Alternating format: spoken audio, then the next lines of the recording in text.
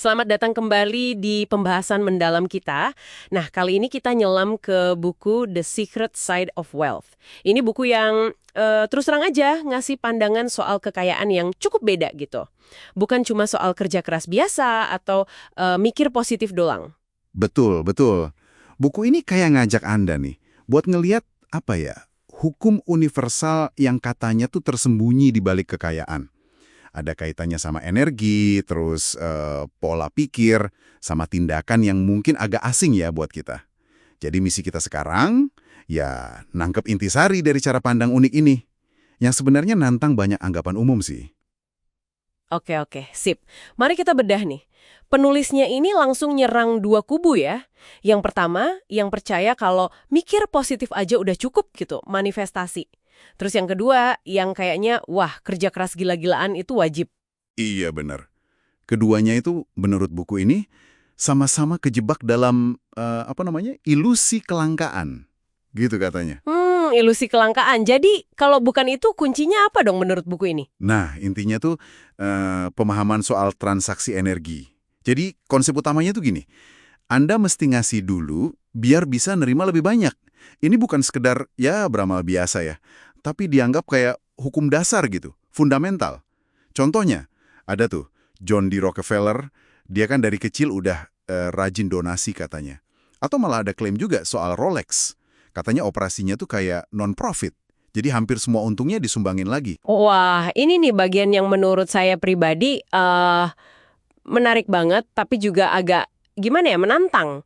Penekanannya itu di memberi secara anonim. Iya kan? Ya, betul. Mengutip ajaran-ajaran spiritual tertentu gitu. Katanya memberi diam-diam itu bakal dapat imbalan universal yang lebih gede. Kalau ngasih biar dilihat orang, ya dapatnya pujian saat itu aja, udah. Malah nih yang lebih ekstrim, memberi pas kita sendiri lagi ngerasa kurang, itu dianggap kayak ujian sebenarnya. Ujian pemahaman hukum ini, gimana tuh? Nah, ini emang bagian yang paling, ya bisa dibilang kontraintuitif ya. Jadi buku ini nyaranin, kalau kita ngasih tanpa pamrih, terus nggak ada yang tahu, itu justru ngaktifin aliran energi kelimpahan, cara yang paling murni gitu. Tapi ya ini perlu kita pahami dalam konteks energi spiritual yang dibahas penulis ya, bukan cuma transaksi duit biasa. Tapi buku ini juga nyinggung sisi gelapnya kan, soal pertukaran energi ini, buat ilustrasi ekstrim gitu ya. Iya, ada. Tapi ini lebih kayak peringatan keras sih. Penulisnya cerita pengalaman pribadi. Cukup mengejutkan. Dia pernah dikenalin sama ritual pengorbanan hewan gitu. Katanya buat hasil finansial cepet. Waduh, Dia ngaku emang lihat hasil instan.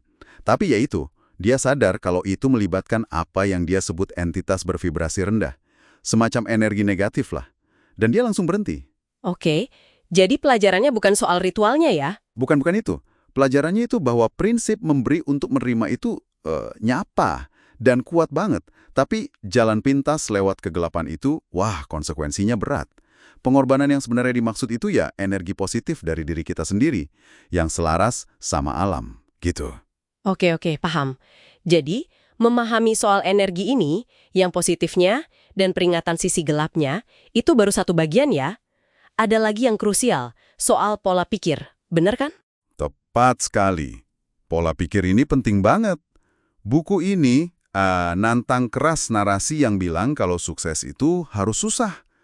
Keyakinan kalau jalan mesti terjal, mesti susah payah, itu bisa jadi malah nyabut asa diri kita sendiri loh. Jadinya kita malah nggak lihat cara lain yang mungkin lebih gampang atau lebih efisien. Sabotase diri. Keyakinan pembatasnya itu contohnya kayak gimana tuh? Dan gimana cara ngubahnya menurut buku ini? Ya, contohnya pikiran kayak, saya mah nggak bakat kaya, atau orang kaya saya nggak mungkinlah sukses, gitu-gitu. Buku ini nyaranin kita identifikasi dulu keyakinan kayak gitu, terus ganti secara aktif. Bisa pakai afirmasi positif, ya kalimat-kalimat penegasan gitu. Terus visualisasi, ngebayangin hasil yang kita mau secara konsisten. Afirmasi dan visualisasi ya? Iya, penulisnya malah cerita pengalaman dia sama teman-temannya dulu. Mereka suka pura-pura kaya, nyewa mobil mewah misalnya. Tujuannya cuma buat ngebiasain otak mereka sama rasa berkelimpahan itu. Oh, gitu caranya. Katanya sih, itu ngebantu biar kemakmuran itu terasa mungkin, Dan akhirnya beneran kejadian. Menarik juga ya teknik pura-pura itu. Tapi kan semua pemahaman energi terus ngubah keyakinan, ini butuh satu fondasi yang kuat banget ya, yaitu Disiplin. Nah, ini dia. Buku ini keras banget soal disiplin. Males itu disebut kayak dosa utama yang ngehambat potensi kita. wah, dosa utama ya. Iya, disiplin itu dianggap jembatan. Jembatan antara keinginan sama hasil nyata. Tanpa disiplin buat ngelakuin apa yang emang perlu dilakuin, apalagi kalau rasanya susah atau nggak nyaman, ya semua strategi tadi, mau mental, mau energi, nggak akan banyak gunanya. Disiplin itu mesin penggeraknya.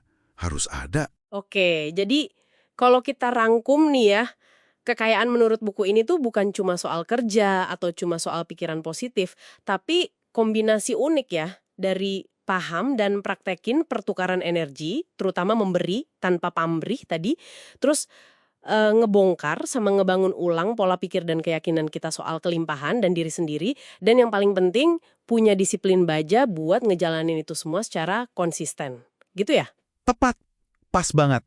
Jadi ini perspektif yang ngelihat kekayaan itu sebagai hasil dari keselarasan internal sama eksternal.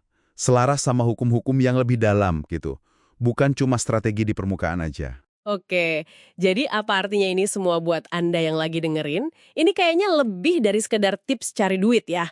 Ini ajakan buat ngeliat lagi gimana keyakinan sama tindakan Anda sehari-hari itu mungkin ngaruh ke realitas Anda. Nah, sebagai penutup, mungkin ada satu pertanyaan buat direnungkan nih.